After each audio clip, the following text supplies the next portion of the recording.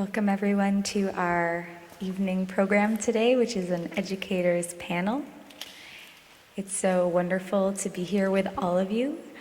The organizing team before the retreat, we were talking about our intentions and aspirations for this retreat. And we've heard one of them very strongly, which is to nourish ourselves as educators. And also, we wanted to bring out the collective wisdom that all of you bring to this retreat from all of your spaces. And so we thought we'd invite some of you up here to join us and share about the experiences that are happening out in the world. And in our tradition, this idea of bringing these practices out of the monastery is very strong. It comes directly from our teacher. I had a funny experience at the last retreat. At the end of the retreat, someone came up to me and said, "Who is this teacher all of you keep saying?"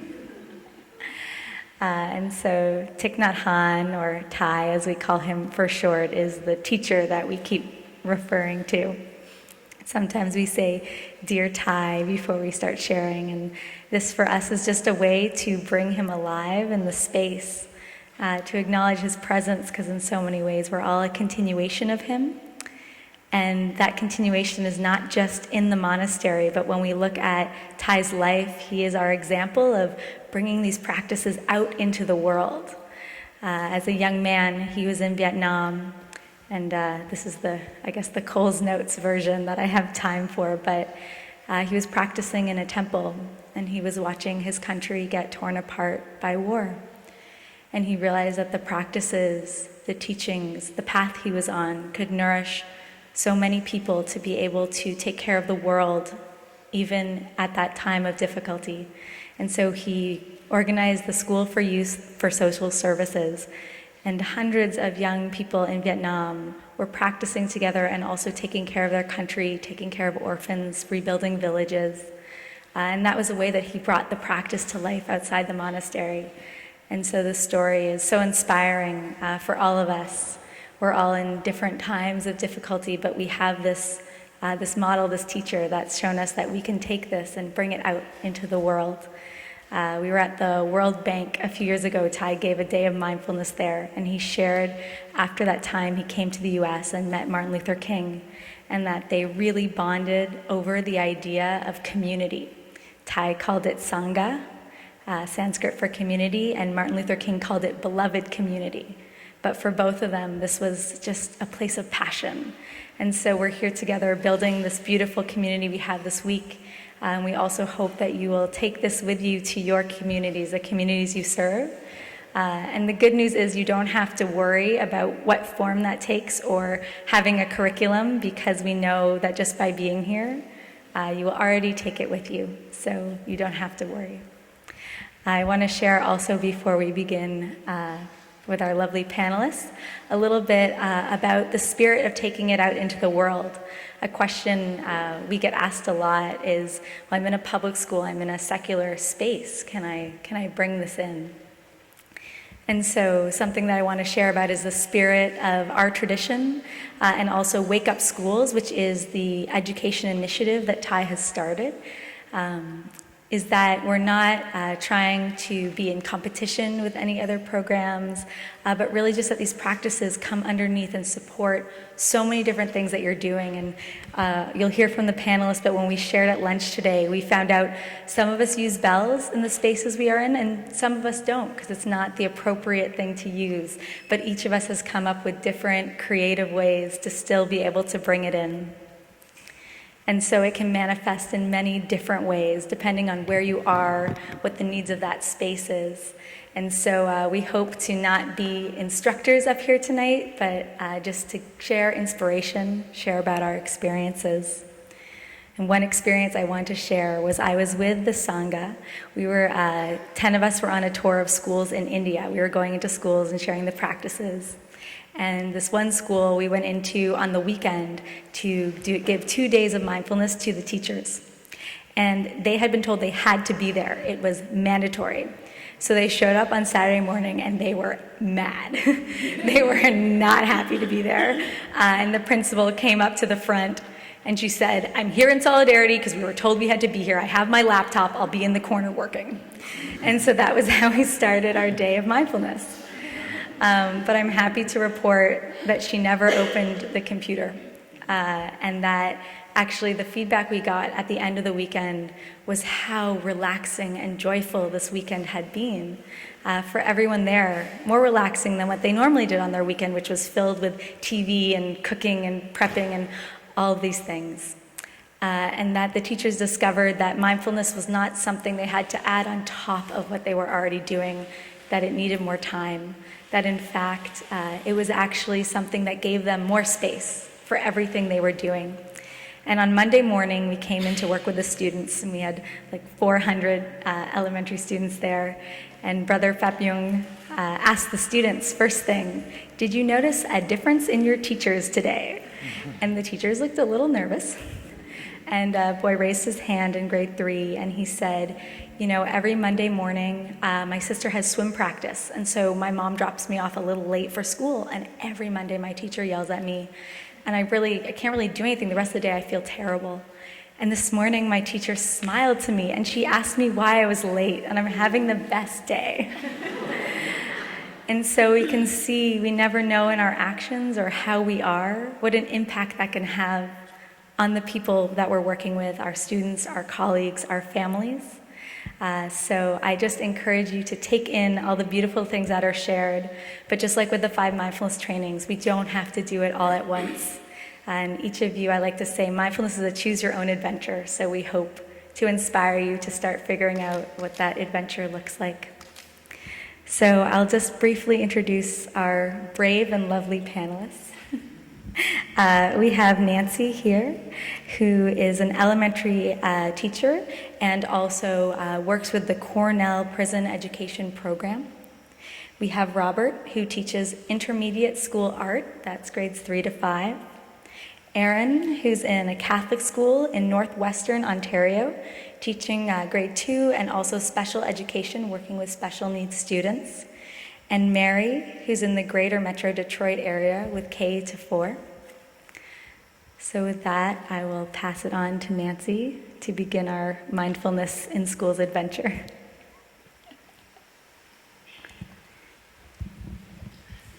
So, can you all hear me? Is that okay? Okay. I'm actually just going to tell you a story. I do teach in the prison. I still teach in the prison. I'm not actually an elementary school teacher, but I do work in the elementary schools. But I've been working in the prison now about 10 years, I guess. And about 5 years ago, I had it up to here with all of the wonderful people I teach saying, boy, if I knew this stuff that you're teaching, if I had known it when I was a teenager or when I was a kid, I wouldn't be here today.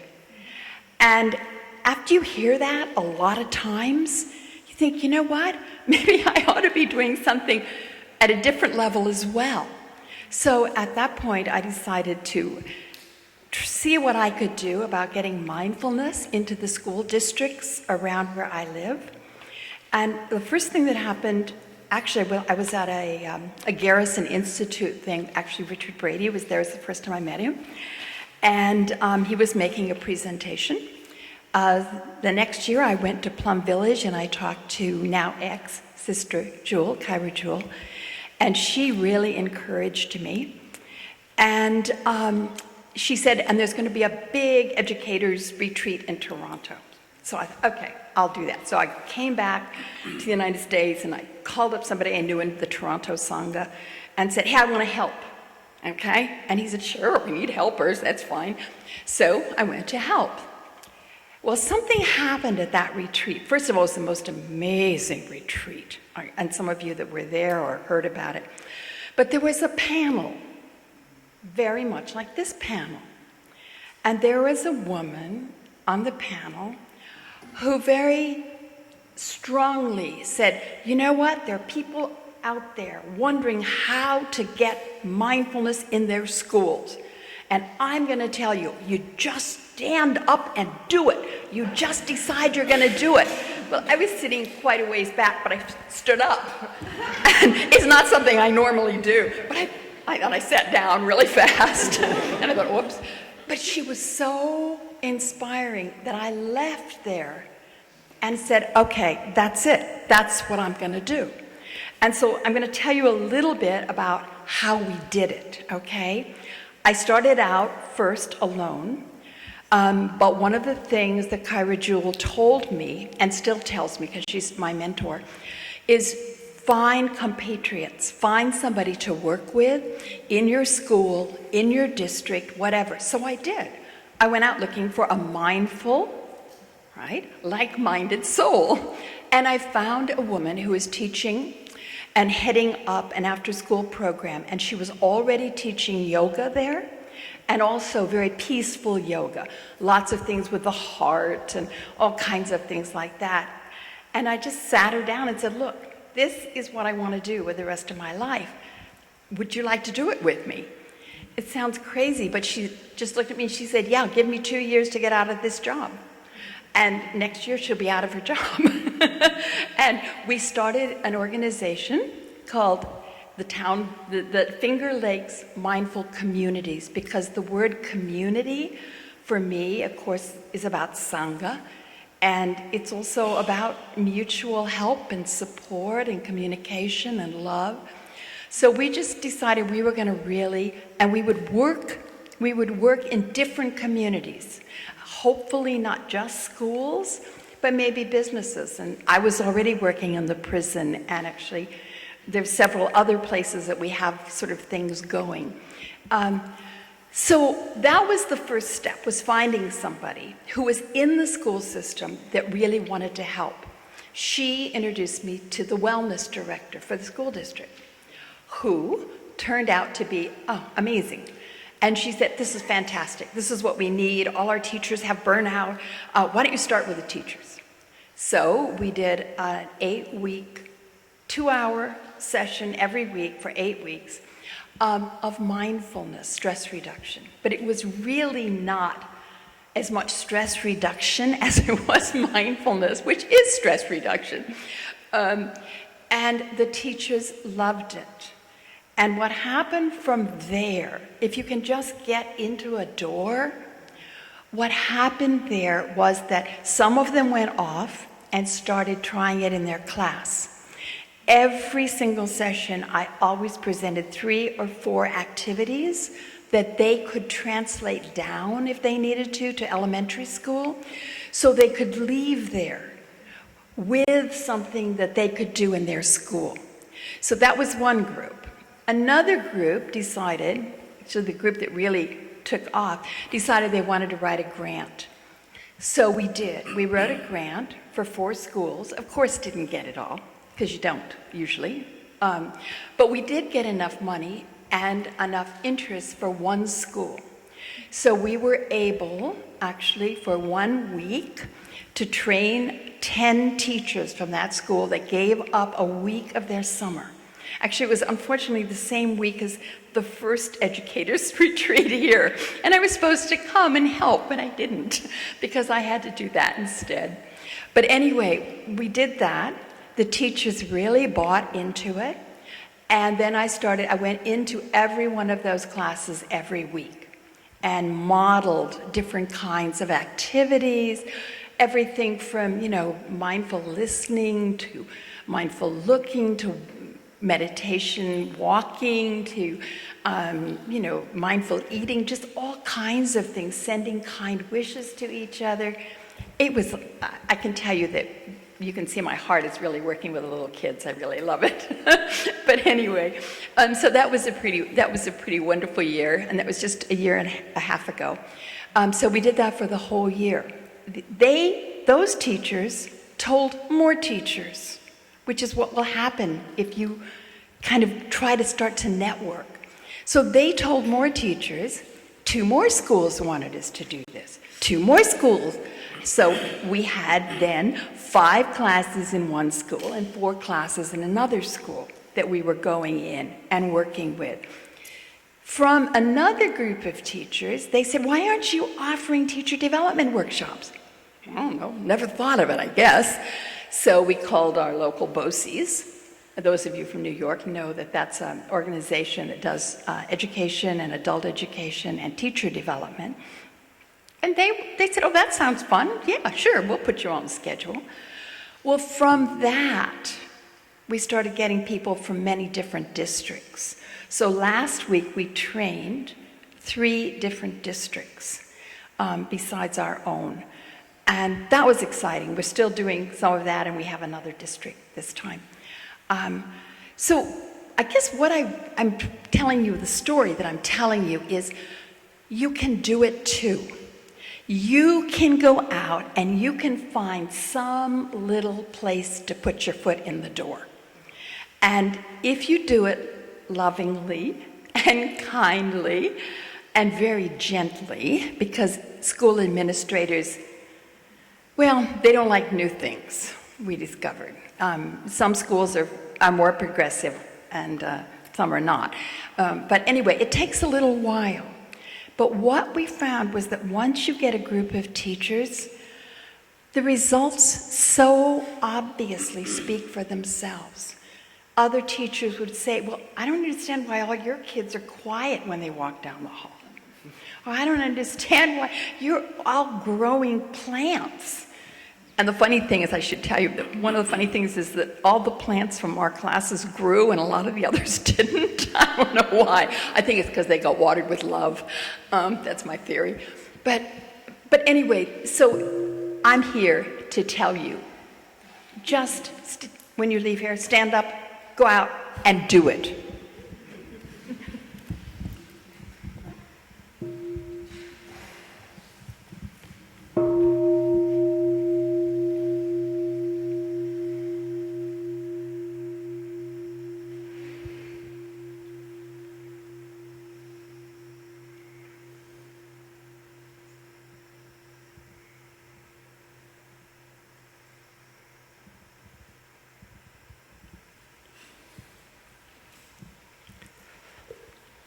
Dear Ty, dear Sangha,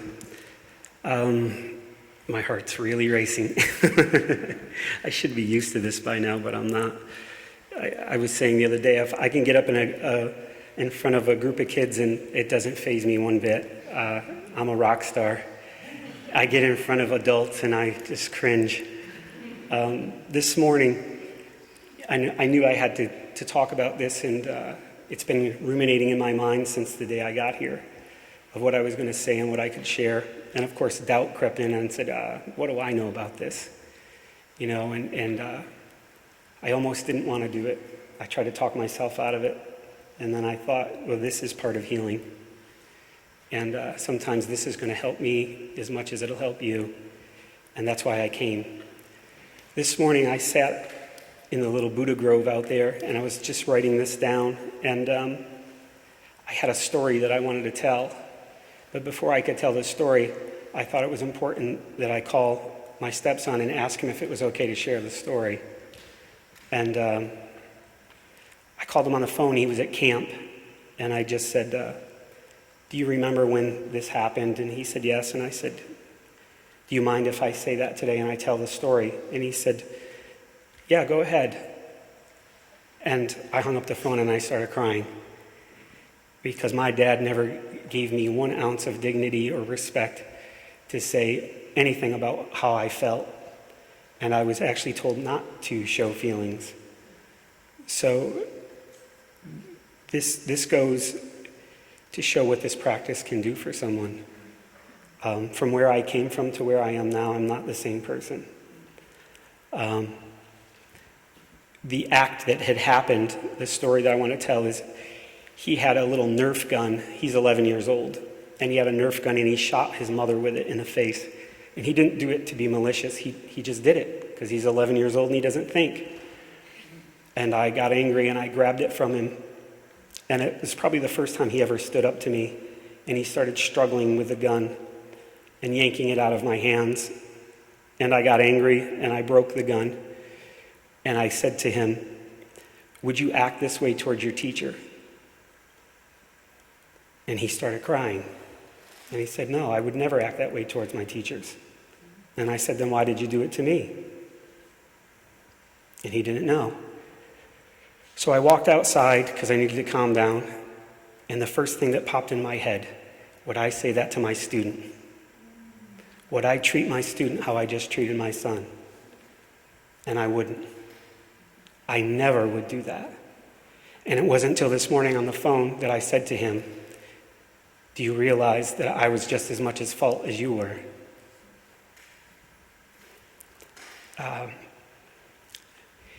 Growing up where I grew up, people don't talk like this. My dad beat me senselessly over things that didn't have any rhyme or reason. There was physical abuse, there was sexual abuse, there was mental, verbal, any kind of abuse that could be doled out in my household by him or my uncle, I got. And from a young age, I started trying to escape it. So 2 things that kept me alive were, 1 was art, and 2 was drugs and alcohol. And I lived that life for a long time. And I was about ready to end it all. I was suicidal. I couldn't take it anymore. The drugs and alcohol weren't working. I was getting sick every single time I smoked pot, or if I drank, I got deathly ill. My body kept saying, stop, you have to stop. And my mind kept saying, I can't, because I don't know any other way. And finally, I got in a 12-step program, and the person who became my sponsor gave me a book, and it was Living Buddha, Living Christ. And I read that book, and then the second book was Jesus and Buddha as Brothers. And I had given up on God because God wasn't around when all those things were happening to me. I searched for God, and I found Buddha instead. And through Buddha, I found Thich Nhat Hanh. And I went to my first retreat, and I actually met Richard there. It was an educator's retreat. There were probably 850 people there. And somehow, some way, I ended up on stage as one of the panelists there with Ty. So scared. I crawled up on that stage. I had already been a teacher, and the first 5 years of my teaching were hell because I was not well. And every fiber just to get to work, just to try to make it through the day and then go home and go to sleep in depression and anxiety. And not until I found this mindfulness that changed my life. The first time I ever saw Ty, he walked past me, and I burst into tears because it was the first time I saw a living human being that I could respect and that I trusted. And that's, my heart just opened like I can't tell you. And I went home, and I can remember saying to my mom, I just met Jesus. That's what it felt like. And I wanted to be like that. I was like a man on fire at that time. I was doing everything I could to get better. I was in therapy, I was in AA, I was going to meditation, I was going to, every night of the week I was doing it, just trying so desperately to get out of this self that I didn't know how to be in this self. And not until I learned how to breathe. And that's what I loved when I heard the other day, we have to heal ourselves before we heal the world. And there's so many instances in my life where this has changed me. My life became, when drugs and alcohol were in my life, it was violent. I was out of control because every single person in front of me was my dad. And all that was the pain that I was trying to work through, which I had no idea how to do. And when I saw Ty, when I read his books, and when I saw the Sangha, the first retreat I went to, I cried the whole entire week. I couldn't stop crying. Every single time the bell rang, I started crying because I finally felt there was hope for me. I finally felt like I wanted to be alive. And there was a way to do that. And there were people doing that. They were doing it together. I didn't have to do it alone anymore. And the second retreat I went to, which I can't remember when, but it was only a year or two after, I went and I couldn't cry. I didn't cry for a week. And I said, I want my damn money back. I'm not crying at all. I've had it. And the part was that I had healed enough where I didn't need to do that every single time. Anytime somebody looked at me or talked to me. There's still issues that I work through. I love teaching today. I love teaching today. My kids are amazing artists. They would blow you away what they can do in 3rd, 4th, and 5th grade. I do a mindfulness bell. I have a bell master. We sing songs in my class. I let kids come up and be on stage, and I celebrate kids. That's what I do. I celebrate youth because I didn't have one. And I'm reliving my youth through these kids. And I'm having one heck of a time now doing it. Art is a tool. We use it to express our emotions. What better way to work through this? I'll just end with this. We've had severe catastrophes in our school. A few years ago, a dad killed his whole family. They were my students. He lost his job. And in his culture, he just wiped his whole family out. The same year, one of my students, his dad shot the mom because she was cheating on him, and he saw his dad shoot his mom right. He was right there, and he was one of my little 3rd graders. And every single time I had that boy, my heart bled for him. And every time I had him, I just sat with him. And I would just be with him. I didn't have to talk about it. I just sat with him. And he would draw pictures of birds. And I would draw pictures of birds with him. And then I would take his picture and I would turn it into my own. And then I would give it to him. And that was a gift that we shared together. And the gift of this practice has been able to give me gifts to these kids. And then they return it back to me. And then they take it out to their parents. And that's happened to my own family. Breaking down these walls, same thing is ascending energy out into the community. I am an artist, I paint. I'm a landscape painter, I paint Buddhas. And if 20 years ago you said I could have a faculty, I had an exhibit of my Buddha paintings in our district office with the straightest people you would ever meet in your life that would not know who Buddha was. They think he's the fat-bellied guy. And I asked if I could do this, and I had a great administrator, and she said, go ahead, I want you to do this. So to bring this part out into the community, to expose people to things they are not normally exposed to. I can't say enough about what this has done to me, what has it done for me, and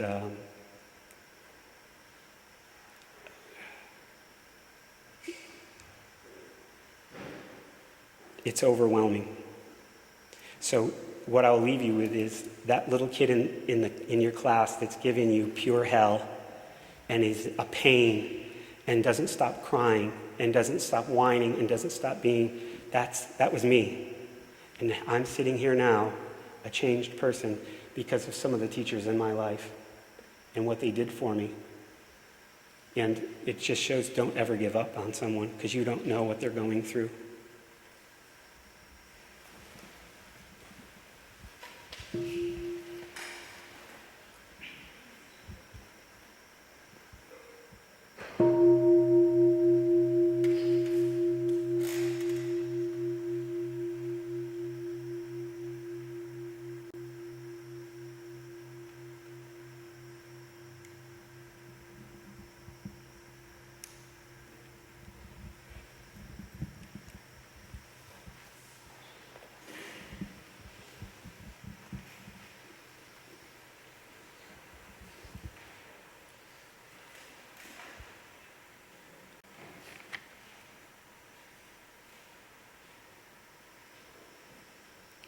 Thumbs up if you're happy you're not me right now.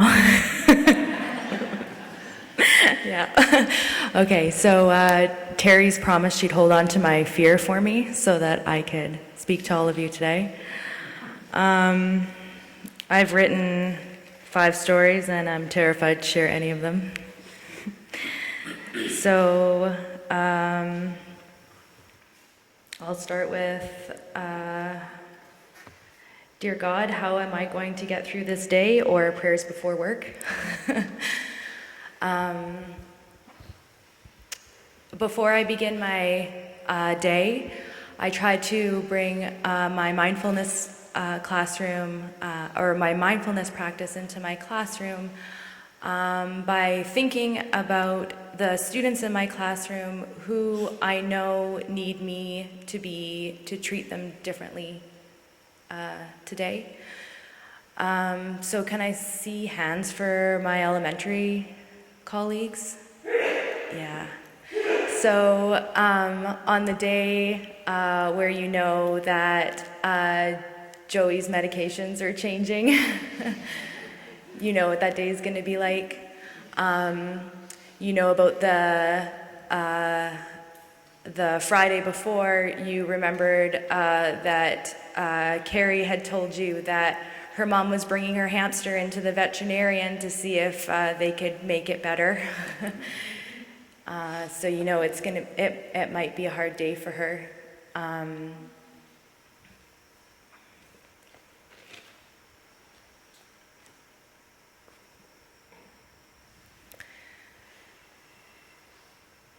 You know that sometimes you have a student whose mom has a new baby at home and mom's not sleeping, and we know that when mom's not happy, nobody's happy. And we know about the kids that suffer with the big problems that they don't even know are big problems. The ones who come to us having gone from foster home to foster home to foster home, and you know that when they're there that they can't be taught like everyone else, and some days that they just need a safe place to be, or a safe place to cry, or something to eat for breakfast, and just your presence is enough.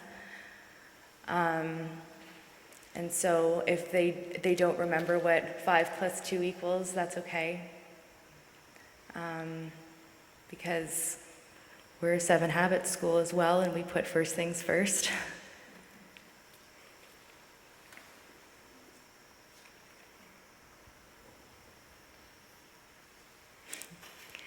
When they come in for recess, do you ever have a hard time sorting through the enormous injustices that they faced in the schoolyard? Over the last 20 minutes, it was World War III. That's my caterpillar, she stole it. There are big problems for little ones. And sorting all of those out can sometimes take a very long time. I try to use mindfulness by blending them with my drama program so that we can figure out whose caterpillar it is. If Jamie caught it and Susie went to go and pick the grass for it, and then Joey thought that was a good idea too, and then Seth saw the caterpillar in the jar and then brought it inside, whose caterpillar is it? And when he comes into my classroom, I remind them that the principal won't let us have pets, and the caterpillar and I pass each other a knowing look.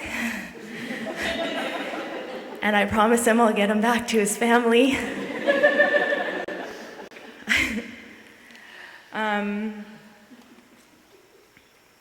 I know that we're all here preaching to the choir today, and thank you for your beautiful practice in loving our kids. They're all of our kids. It takes a village, and I don't think that we remember that enough.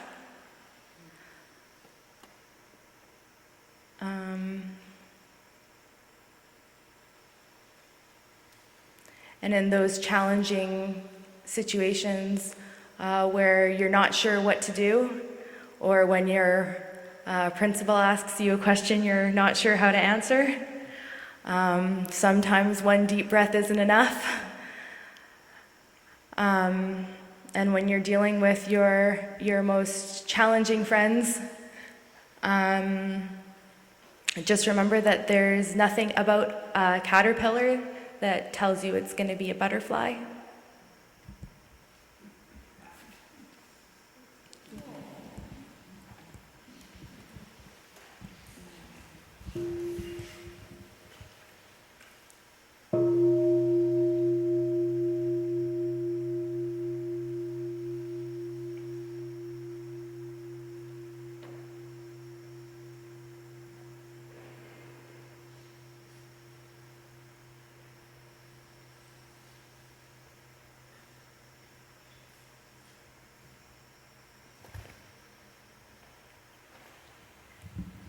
Dear Ty, dear happy teachers, I would like to share with you tonight the path that I took to get here, to this retreat. It started in a car on a sunny day coming to a retreat at Blue Cliff. My Sangha brother and I were driving here, and he had to throw out the question, so what's the most difficult practice for you? And for me, it was beginning anew. It seemed like it would make sense if both of us knew what to do, but if you go up to somebody at school and another teacher, they might not know what that nasty letter was about, or nice letter. So I couldn't really get my head around that one. So my brother suggested that I take and study this and bring what I found back to the Sangha. So I got something else to do. So I thought I'd start practicing reading on the internet, start practicing on my husband. That went like that. But at that time I was working for a Native American Indian tribe in northern Michigan. And 3 months after we came back from the retreat, they started peacemaking in their native court system. And they sent around an email to all the employees and all the tribal members if they were interested, they needed peacemakers. And I blew the first one off, and I blew the second one off, and the third one came, and I wrote back and said, could I be a peacemaker? And I got the profound answer, maybe. So went through a little bit of paperwork to send in and started in the training. And then I was brought into a community, not only the peacemaking community, but the Native community. Before I was an employee, I was just a little bit different. And I learned the wonderful world of community. And I understand why Ty says this is so important for building sanghas and for us to build communities, including in a school. And that's what I'm trying to do now. So a Native American peacemaking is different from mediation. There is not my right versus your right. Both of those are spoken, and we use deep listening, kind speech to do this. And then we come into our truth. And that truth was court binding, contempt of court if you didn't follow it. So it was a very serious thing. And as I taught this and worked with the children, they took it to that depth. They would come back when we had to talk again, and they would say, yes, I'm doing what I agreed to. So Native American peacemaking was being brought into the Michigan court system down in southern Michigan. And I wanted to do this. So I made a proposal to the husband about let's quit our jobs and move down south. He fell for it. So we did.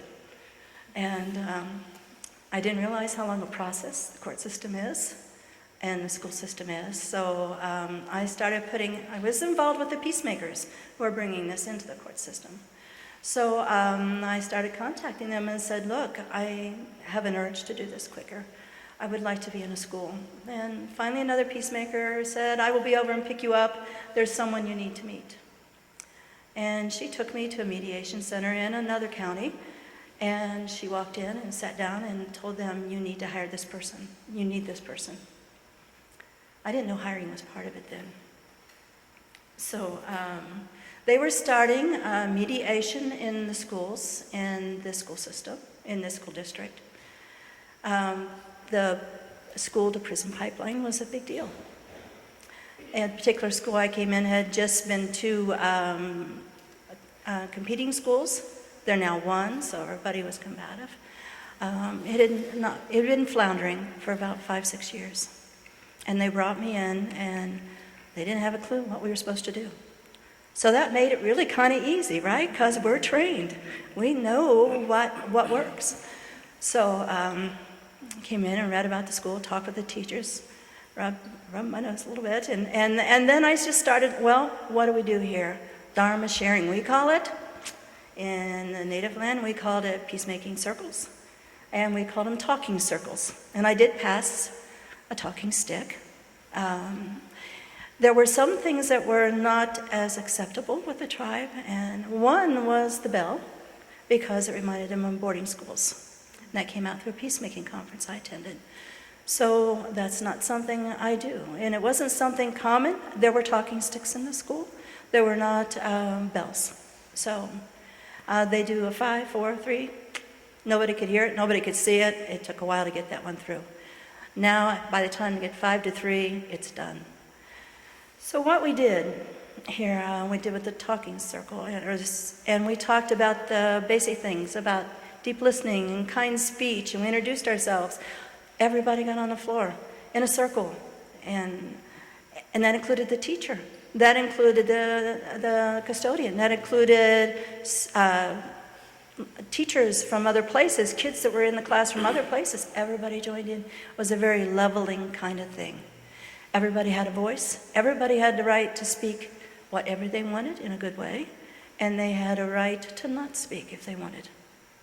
That was hard for the teachers at first. They're supposed to do it, you know. So we learned. And that also got some communication. That started to build the community. So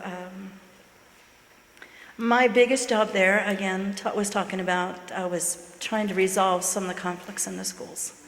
And we did this pretty much beginning anew, come back and bit me, didn't it?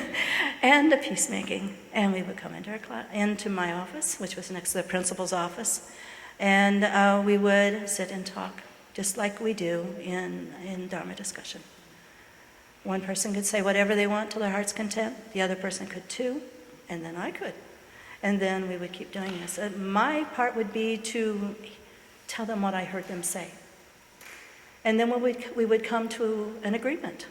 And it would be in writing, and they would put their initials on it. And this is how the communication began. This is how the coming together began. There were other things. There were things like maybe a death in the family. And we would look at our hands.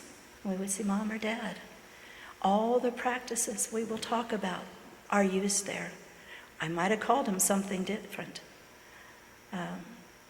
But all of them have a place to be seen. Go to an island in your mind. Go to a safe place is what we called it. And then we would talk about safe places in our circles. I did 2 circles. I only started there January 6th of this year. Next year I'm back, and I've been asked to do 4 talks in each classroom. We can kind of sneak mindfulness in there, right? And I'm connecting it to the other programs that are already in the school, The Leader in Me, and 7 Habits of Happy Children or Kids. And the teachers just love it. They don't know that's what's happening. Although one teacher came to me and she says, wow, this kind of reminds me of mindfulness. I said, well, we should look into that, right? So it's coming full circle. It just plants itself in bed. What I learned also is that we create the space. Our practice is so important. My practice is so important to what I do there. So practice is hard to start. I remember sitting here in this hall listening to Thai talk. And someone asked him a question, and he asked, I can't start my practice. I can't sit for 20 minutes. I can't do this. And he kind of smiled and he laughed and he said, then bring your practice into your life. Do it while you're brushing your teeth. Do it while you're driving. Mindfully drive. Mindfully hold your children. And then he said, mindfully go to sleep. That's the one I chose. I think I could use this to go to sleep, right? So I did. I went to bed 10, 15 minutes early, and I counted from 1 to 10, and 10 to 1, and 1 to 10. No TV, no allowing thoughts to come in, no books. And I did this. And you know, in a few weeks, more than a few, I noticed that when I woke up in the morning, I was still counting. And I woke up refreshed, and how that settled in my mind and created a pattern. And it made it easier to get on the cushion. And it made it easier for me to carry my cushion with me wherever I went. So there are some things I do to really help me, the spaces that we need, the refreshment that we need during the day on my drives, about 20 minutes. There's 3 of Sangha songs I listen to. One is Joyfully Sharing the Merit.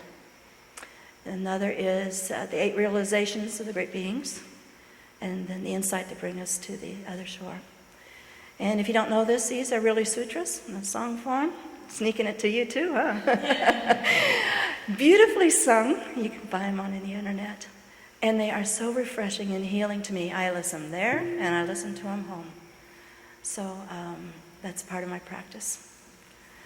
Was it difficult to bring it in? I didn't know it could be difficult. I know in the 8 Realizations it says poverty creates hatred and anger, which creates a vicious cycle of negative thoughts and actions. I knew I was in for. I knew. Nothing personal. Things go bad. Buddha knew this. Tai told me, you know, I just keep doing what we're doing. And it's pretty easy. Call it what you want. Make it look your way. Make it your own. Thank you.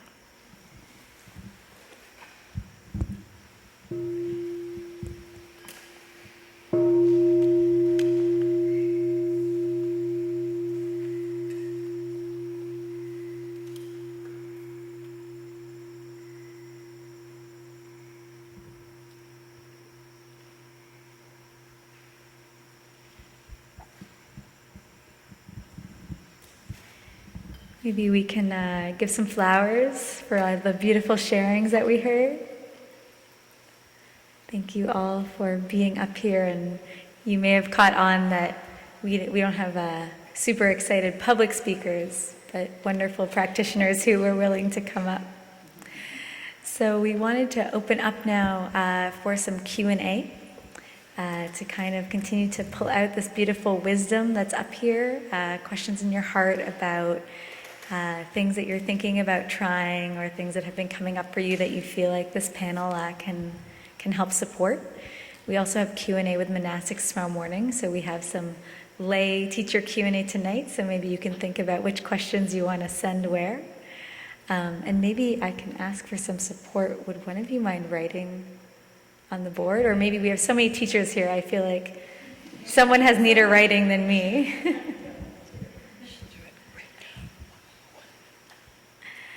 Thank you, Sister Ubat. So if you have a question, please raise your hand. We're in school and you can ask it. We'll take like several questions to start before we answer any, so we can just kind of take them in on the board. So feel free to toss one out there, and then we'll take a few at a time.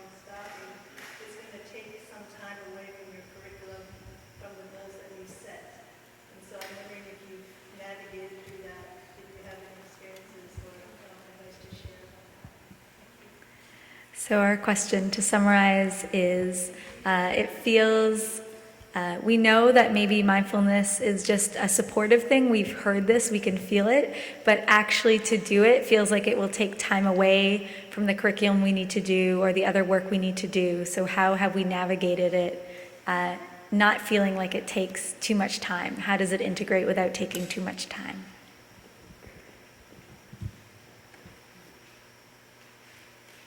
Any other questions? So I guess I'm just wondering, again, sort of if you could share your experiences about this question. How do you deal with maybe like the really obstinate student or faculty member? So there's bound to be situations where like maybe you introduce it and then a student or a faculty member is like, it's just not working, I just don't like it, I just don't want it. I mean, what have you done in the face of that, if you faced anything like that? So what do we do when we face a student or faculty member, or maybe a colleague, who we try and introduce mindfulness to and they really don't like it? Sorry, I didn't get that at all. How do we take care of a student or colleague who we introduce mindfulness to or they don't like it? How do we take care of it? How do we address it?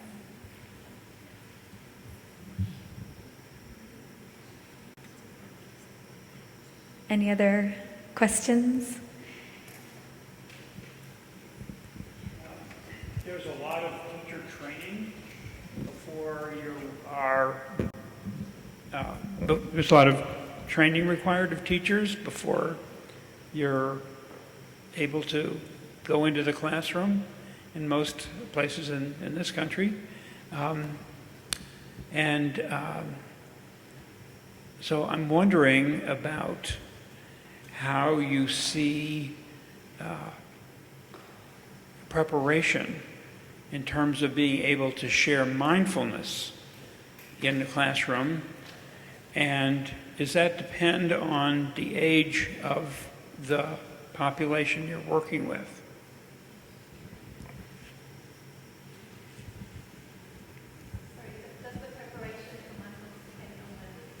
Well, it's both, just what is your sense about the amount of preparation that is or is not needed before you start sharing it with others? How much preparation? Yeah. Anyone on this side of the room want to ask a question? Oh, we have one here. Someone on this side, get ready. We're coming for you. I can walk over to the other side if you want. Oh, someone on this side of the room. Isn't it wonderful when you manifest what you want? So I just came out of working in a 80% Eastern African Somali school where I would have loved to have used mindfulness as a tool. It probably wouldn't have been supported in the district I was in, but I'm wondering if anyone has practical experience trying to use, paring these down to their most secular application so that we are not teaching anything that would be offensive to the parents who are from very different customs and traditions, and so that they feel comfortable sending their children to school. They don't feel that their children are being taught things that are inconsistent with their own values, but rather just an enhancement. So any tools you have to make this secular feels like the wrong word, but I think that's the best I can come up with. Thank you. Wonderful. Thank you for your questions. I think we have some really rich things to work with, so maybe we'll dive in.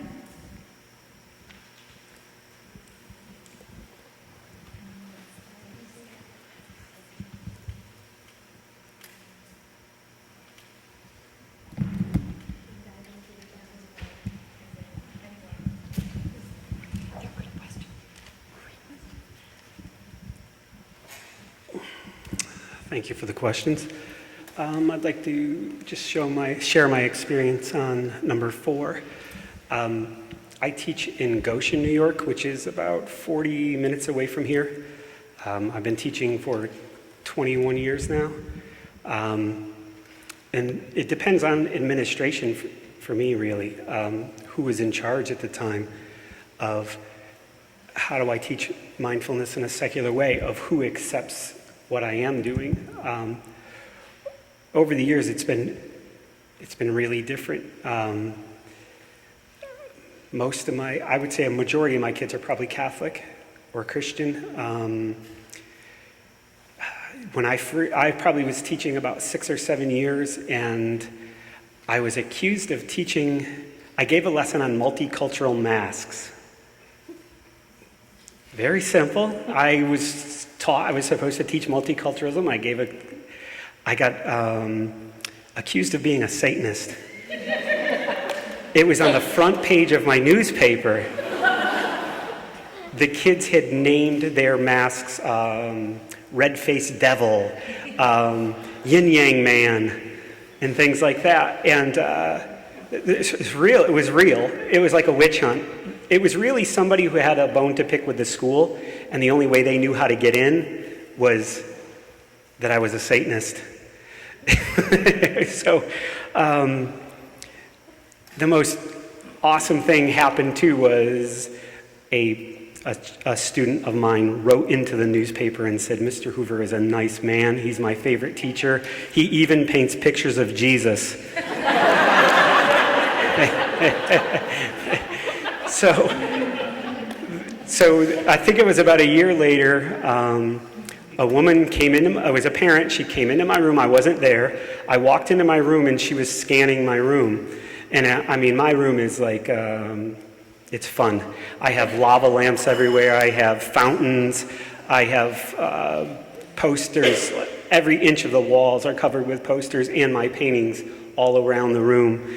And it's a fun, awesome place to be. And this woman came in, and she saw a picture on the wall it was a collage I had made, and it was a woman sitting in lotus position. And she just went off. "You're teaching devil stuff. You're teaching yoga is about breath, and breath is evil." And I really did. I just sat there smiling and just listening. And I just said at the end, "I'm sorry you feel that way. That's not what I'm teaching." And so you're damned if you do, you're damned if you don't. One year I'm a Satanist, the next year I'm teaching yoga and Buddhism, and nobody's happy. So what I had to learn to do myself is really water down the language and really, like, we use a mindfulness bell, but I don't call it a mindfulness bell.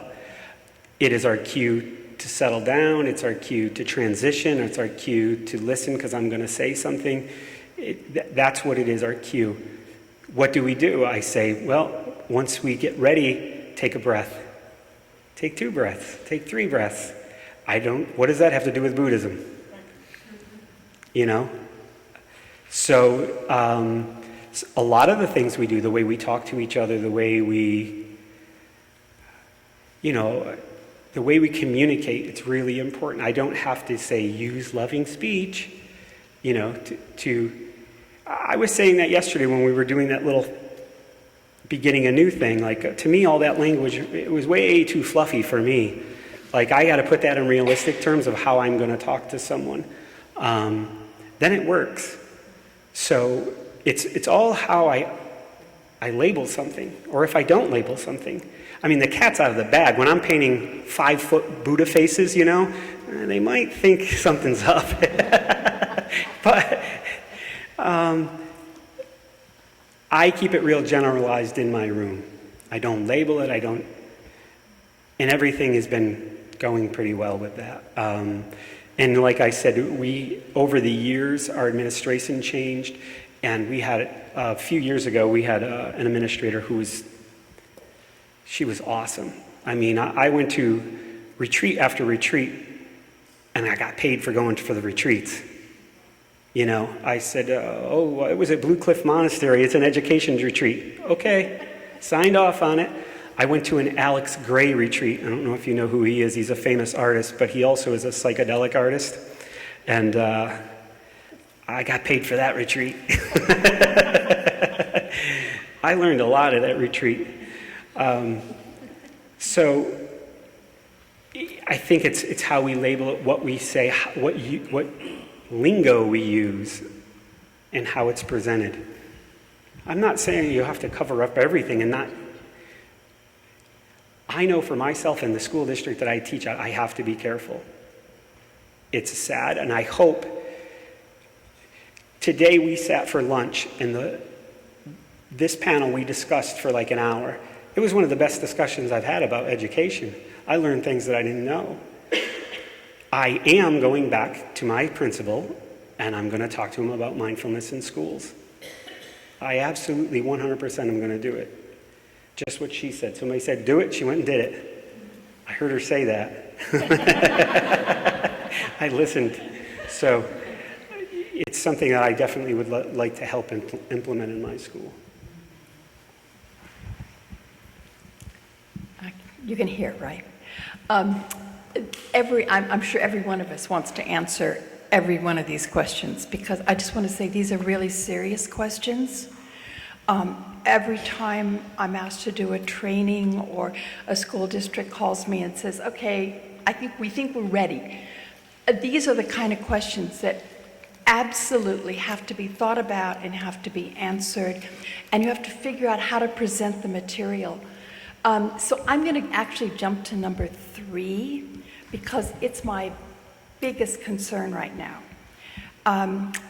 Because depending on the district, some are really willing to do the kind of preparation that I believe is needed, and some are not.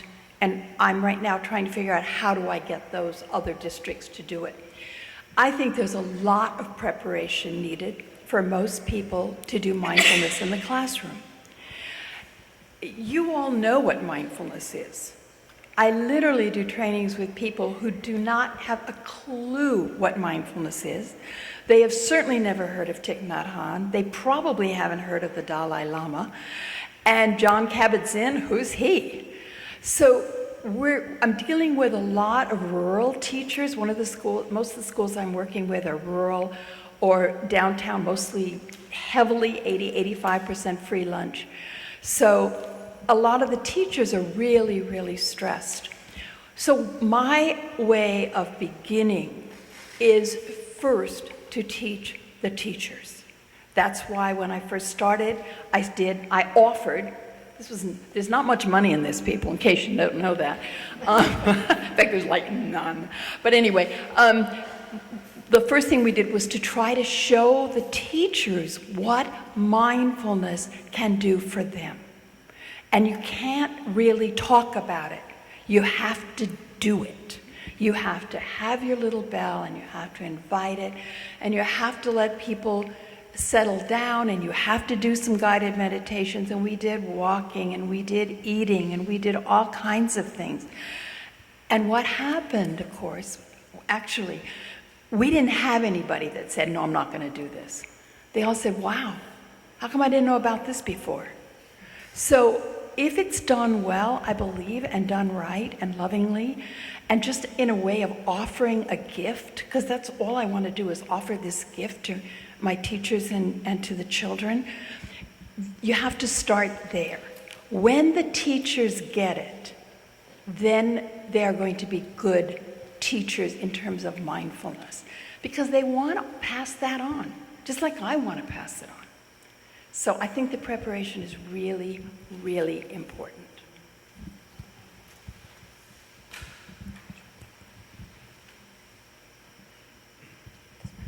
I'm just going to speak on what's been spoken about.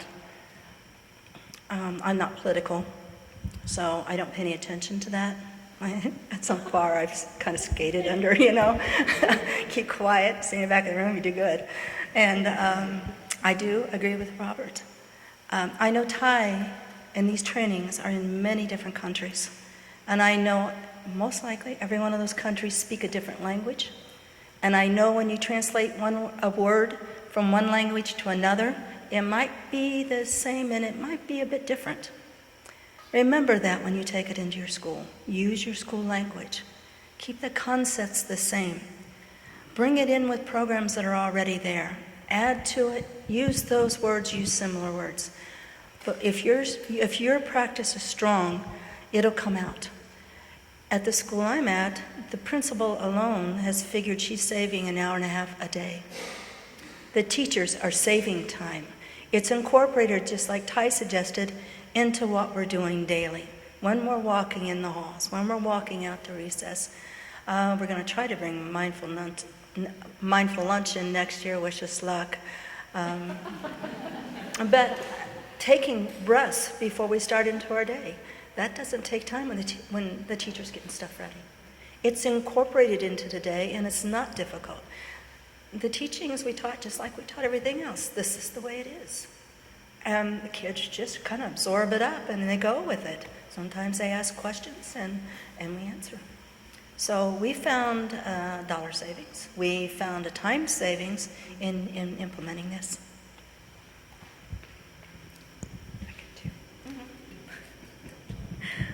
Which question hasn't been addressed yet? 1 and 2? Okay, so I'll talk about 1. How do you integrate mindfulness into teaching without taking away from the curriculum? John, that was yours. Oh, sorry? Oh, Sister Trubow, I'm sorry. When I teach, I use the curriculum to help me plan. So I don't get to, and I'm sure it's the same in the United States as it is in Canada. We have different concepts and that we need to teach throughout the year, and we plan based on that curriculum.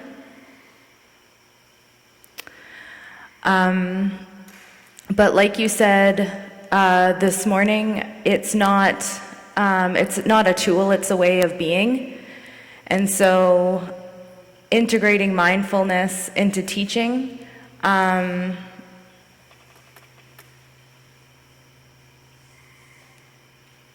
for the mindful teacher is the way in which you present the curriculum. If you have a child, if you're teaching maybe addition and subtraction, and you have a child that is sure that 5 plus 5 is 12, you could tell them that they're wrong, or you could ask them to tell you more. You could ask them to share how they got the answer. You could give them counters or graph paper or markers to get them to explain to you how 5 plus 5 is 12, and when they change their minds at the end of it all, that's okay. It's okay to be right, it's okay to be wrong, and it's okay to not know. Does that answer it? Thank you.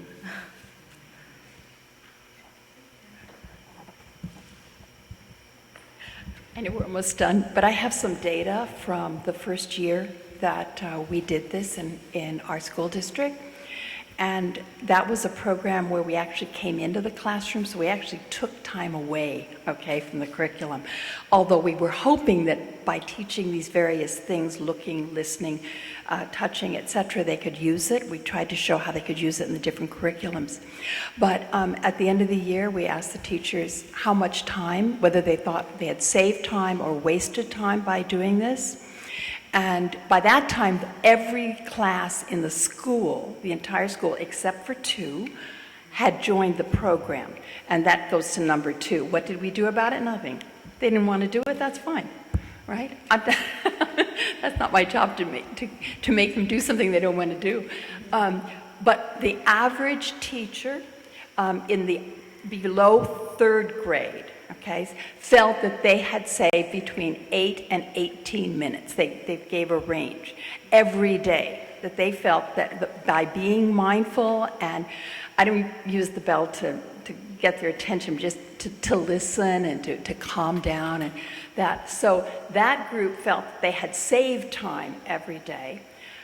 The 4th, 5th, and 4th and 5th graders, 4th and 5th graders felt that they had saved about 20 minutes because the students were more willing to do things. We did a lot of stuff about heart to heart and community things and how to help and support each other. in the class. And so instead of fighting over books or doing what am I going to do or any of that, that stuff just kind of dropped out. So this was from one particular school. Okay.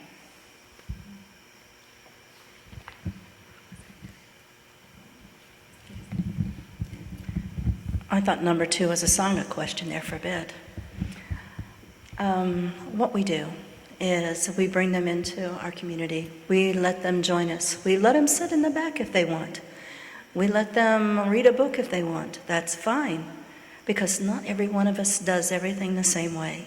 And we're allowed to be different, and we need that difference because some of our brains are different, and we don't want to lose the differences in people. Sometimes, just like my friend here, they might come back the strongest in our group in mindfulness. They just have a different way of absorbing it and taking it into them. So they're a part of us, we love them, and they can sit in the back as long as they want, and we smile. Thank you again. I'm going to jump in a little bit, and then we're almost done here.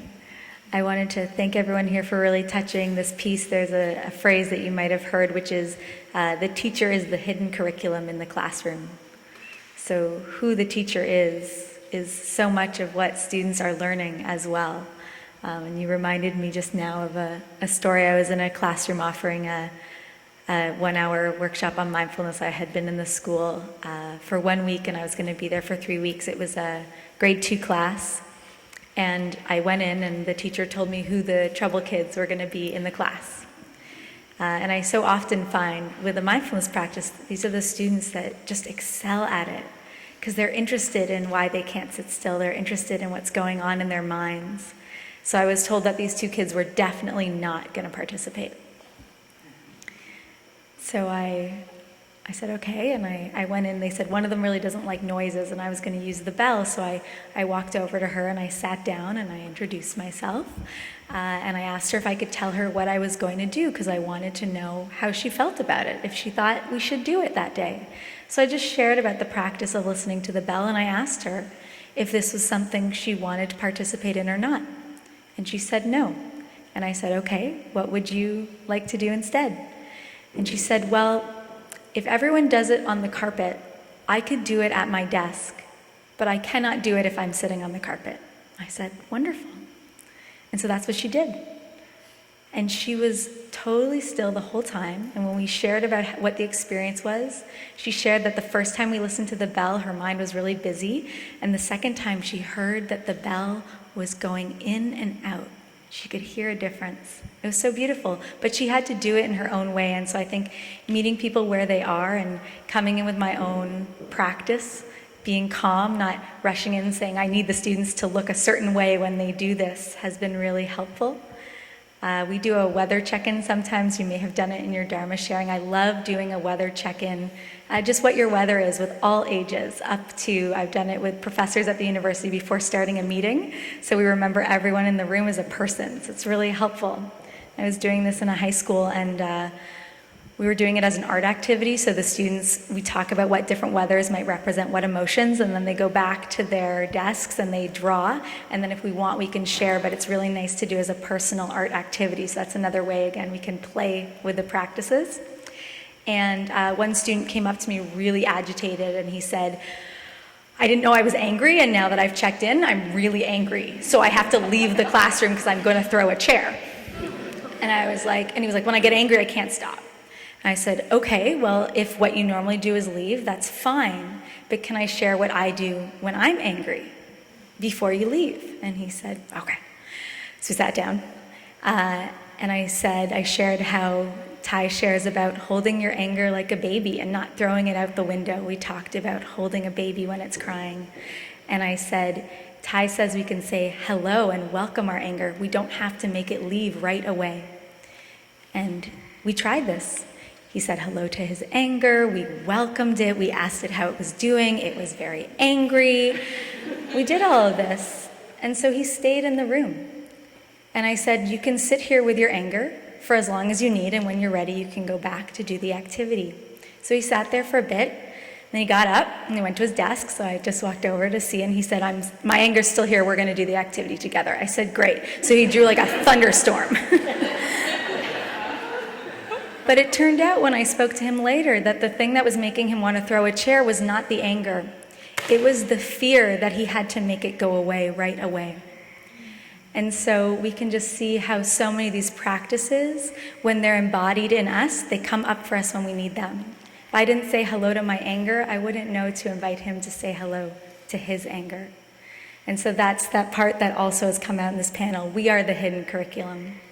And so that's what you will already take back to whatever communities you serve, is whatever has happened to you at this retreat. I want to be mindful of the time. I do want to plug a resource that we have coming to support you as well, which is for the last 5 years, many of us involved in Wake Up Schools have been working on a book to translate some of these basic practices that we do in the community. Our community does a children's program, a teen program, young adults, and so many of us know the practices, but so many people who come to the retreat say, but I leave and what do I do when I'm out there? So we hope we've started inspiring you, but we're also so excited. This book is a compilation of so many practices that we do. And also we did a survey with teachers internationally in our practice to hear their stories. So each one of the chapters, one on breathing, one on walking, ends with stories from teachers around the world who are trying this out in different ways. So that will be coming out later this year. So if you're on the Wake Up Schools mailing list, which you can find at the back of your booklet, the Wake Up Schools website, we'll make sure to let you know about it. And also in your booklet are 2 little recipes that we started playing with 5 years ago when this book was just a dream in our minds. We wrote these recipes, so those beginning of translations are there for you to hopefully inspire you to write some yourself. So with that, I think we're out of time, but we're all here for the next few days. So I didn't ask before, but hopefully people can keep talking to all of us. And thank you so much for being here to think about what it means to be the curriculums in your classrooms, with your families, wherever you are. It's a real gift. He talked about receiving the gift of being here with you, and I think every time I'm up here and I see your faces, I receive such a gift. So thank you for being with us tonight.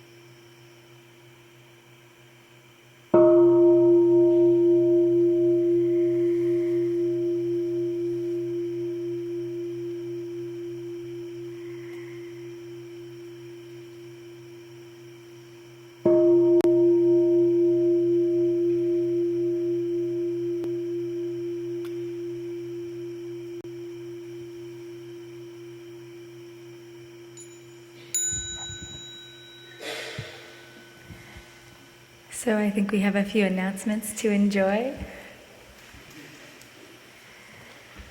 Thank you so much, everyone, for your beautiful sharing. And I'm not even a school teacher, but I feel inspired, so I hope that you also feel inspired.